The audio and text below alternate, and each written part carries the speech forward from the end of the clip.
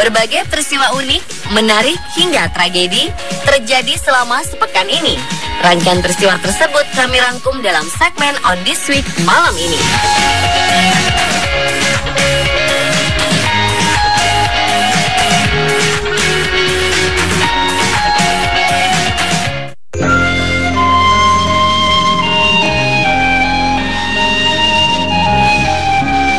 Kabar duka menyelimuti dunia hiburan tanah air.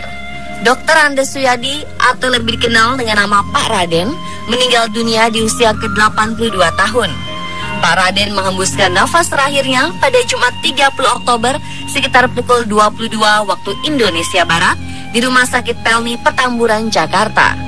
Kabar ini diumumkan lewat akun resmi Facebook milik Pak Raden. Innalillahi wa inna ilaihi roji'un.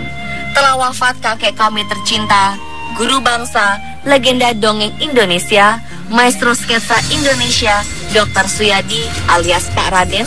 Begitu penggalan tulisan di akun Facebooknya. Semasa hidupnya, Pak Raden dikenal sebagai pendongeng dan seniman berdarah Jawa yang memiliki kumis tebal.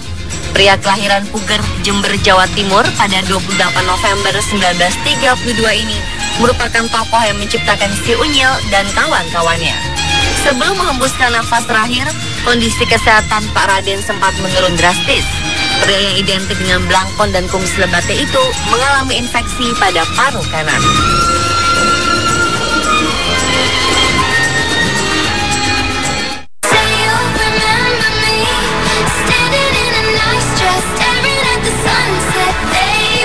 Seorang pria asal Skotlandia bernama Harvey Robertson tak menyangka jika liburannya ke Pulau Corfu, Yunani, memiliki kesan yang tak akan pernah ia lupakan. Pasalnya, ia berhasil memotret makhluk misterius yang diyakini sebagai makhluk mitos. Robertson yang berusia 52 tahun kala itu melakukan perjalanan menggunakan perahu di sekitar goa laut di Pulau Corfu. Agar bisa mendapatkan foto air laut dengan sudut pandang bagus, ia memegang kamera di sisi perahu. Ia baru melihat keberadaan makhluk itu saat melihat kembali foto-foto hasil bidikannya. Ia pun sangat terkejut melihat hasil jepretan di kameranya menangkap sosok makhluk aneh. Secara fisik, makhluk ini seperti seekor lumba-lumba, namun memiliki mocong seperti kuda Nil. Anehnya lagi, tanduknya berwarna transparan, berisi bola-bola berwarna perak. Sejauh ini, para ilmuwan masih belum bisa mengidentifikasi makhluk aneh tersebut. Namun beberapa orang telah melihat foto itu mengatakan jika hewan tersebut bisa saja makhluk mitos Yunani, Hippocampus. Hippocampus sendiri adalah kuda setengah ikan, seperti yang digambarkan di film Percy Jackson, Sea Monster.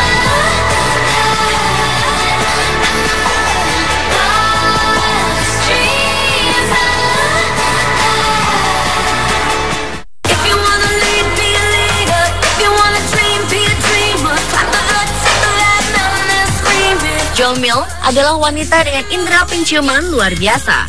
Para ilmuwan di Skotlandia belum lama ini menemukan bahwa Joy dapat mendeteksi penyakit Parkinson hanya dengan mengendusnya. Sejak dulu, ia selalu bisa mencium bau yang orang lain tak bisa. Namun kemampuan wanita berusia 65 tahun ini menjadi menakjubkan ketika ia bisa membedakan bau suaminya, Les, yang mulai berbau aneh karena suatu penyakit. Joy tidak tahu apa yang ia cium hingga ia mendatangi sebuah pertemuan amal bagi para penderita Parkinson di Inggris. Di sana ia menemukan bahwa para penderita memiliki bau yang sama, kemudian ia membuat korelasi. Saat ia menjelaskan kemampuannya, beberapa ilmuwan memutuskan untuk menyelidikinya. University Edinburgh akhirnya meneliti kemampuan Joy dengan memintanya membedakan 6 kaos yang dikenakan sehari-hari oleh orang sehat dan penderita Parkinson. Diagnosanya akurat, karena Joy berhasil menebak dengan benar 11 dari 12 kaos yang diujikan. Kemampuan ini tentu sangat menakjubkan bagi perkembangan penelitian penyakit Parkinson yang memang sulit didiagnosa. Berkat kemampuan Joy, Universitas Manchester dan London kini mengerjakan cara baru untuk mendeteksi Parkinson.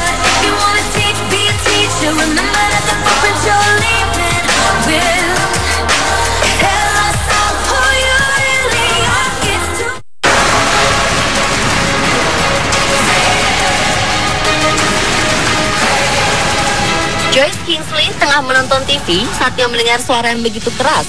Pensiunan yang tinggal di Michigan, Amerika Serikat ini pun keluar untuk melihat apa yang terjadi. Betapa terkejutnya ia saat melihat sebuah mobil tersangkut di atap rumahnya. Sang pengendara mobil tidak mengalami cedera serius. Sang pengemudi menyebutkan kalau ia kesulitan mengontrol laju kendaraannya sampai-sampai mobilnya lepas kendali dan mendarat di atap rumah Joyce.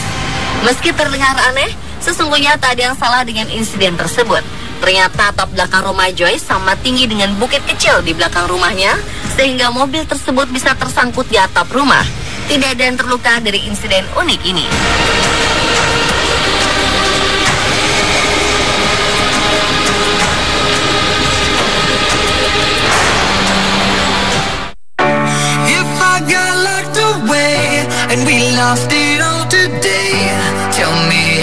Aktor ganteng Saudi Abdul Aziz Al-Kassar yang tinggal di Kuwait ditangkap karena memicu keributan para penggemar wanita di sebuah mal di Riyadh. Saat itu Kassar tengah mengunjungi pusat perbelanjaan di Al-Nakhel, namun saat berjalan-jalan, sekelompok wanita muda mengerubunginya, meminta foto selfie bareng dan tanda tangan. Sial baginya, di tempat yang sama, Kassar justru ditangkap polisi syariah. Ia ditangkap dengan tuduhan bergumul dengan wanita yang bukan muhrim atau anggota keluarganya. Ia berkata bahwa dirinya sama sekali tidak menyangka akan bertemu dengan banyak orang di sana. Kepada situs berita lokal, ia pun mengklarifikasi bahwa kehadiran para wanita muda di mal itu bukan sesuatu yang mengejutkan dan tak bisa dikendalikan. Ternyata yang menarik dan menangkapnya adalah Komisi Promosi Kebajikan dan Pencegahan Maksiat di dalam mal itu. Setelah diinterogasi di pos polisi, Kassar akhirnya dibebaskan dengan membayar jaminan.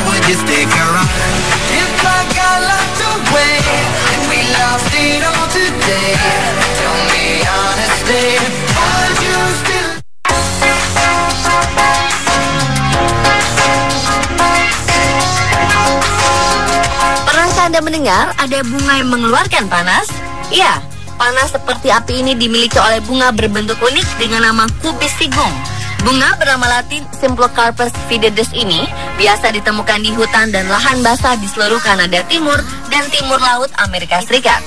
Bunga ini bentuknya pendek serta mengeluarkan bau yang busuk.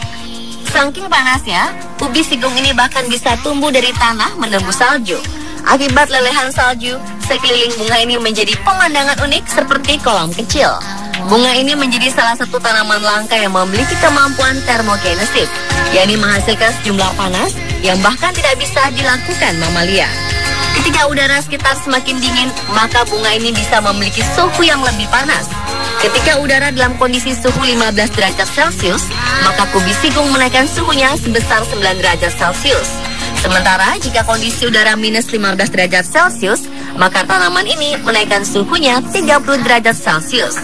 Aktivitas ini menurut para ahli biologi adalah untuk membantu penyerbukan. Panas membuat aroma bunga tidak stabil, sehingga membantu aroma menyebar lebih luas. Dengan begitu, serangga akan bisa menemukan bunga dari jarak dekat yang cukup jauh.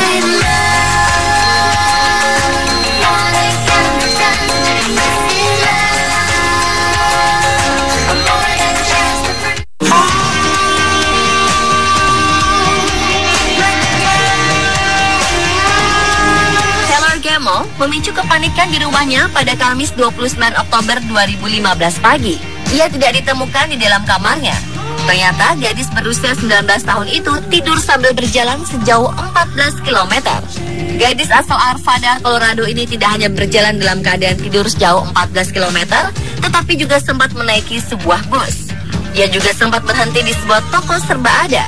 Semuanya dilakukan dalam keadaan tertidur. Orang tua Taylor yang panik lalu menghubungi polisi. Ternyata Taylor Gemmell telah mengidap penyakit ini sejak lama, sehingga polisi sudah mengantisipasi dengan memperingatkan orang-orang di sekitar tempat tinggal apabila sewaktu-waktu penyakit Taylor kambuh.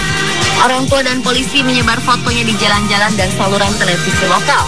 3 jam kemudian, dia ditemukan dalam keadaan tertidur di sebuah sofa. Dia ditemukan oleh sepupunya di kota Westminster, Colorado. Saat ditemukan, ia hanya mengenakan jaket, kaos, dan kaos kaki. Ia tidak memakai sepatu, tidak membawa handphone, uang, dompet, atau apapun. Ia hanya tidur lalu berjalan. Ia pun tidak ingat pernah naik bus atau tidak.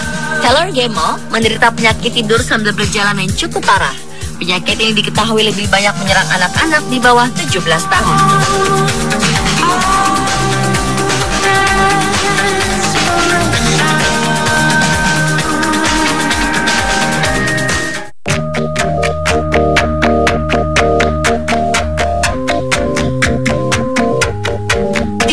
memutuskan untuk menghapus kebijakan satu keluarga satu anak yang telah diberlakukan selama beberapa dekade.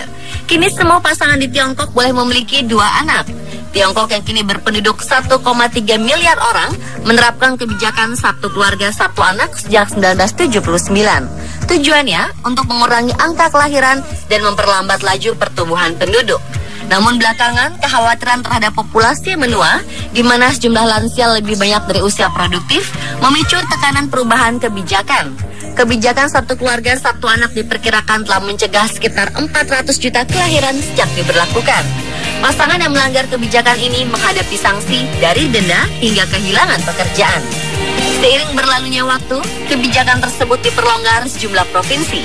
Latar belakangnya, para ahli kependudukan dan sosiolog menyebut ada potensi ongkos sosial uang meninggi dan penurunan jumlah tenaga kerja. Keseimbangan gender juga terdampak akibat kecenderungan orang tua untuk memiliki anak laki-laki. Ini juga membuat kasus aborsi janin bayi perempuan meningkat. Ada 118 anak laki-laki lahir setiap kelahiran 100 anak perempuan pada 2012. Ini lebih tinggi dari rasio normal antara 103 sampai 107 anak laki-laki setiap kelahiran 100 anak perempuan. Kondisi itu membuat jutaan pria Tiongkok akan kesulitan menemukan istri pada 2030. Sejak Januari 2014, pemerintah mengizinkan pasangan memiliki bayi kedua jika ibu atau ayahnya adalah anak tunggal.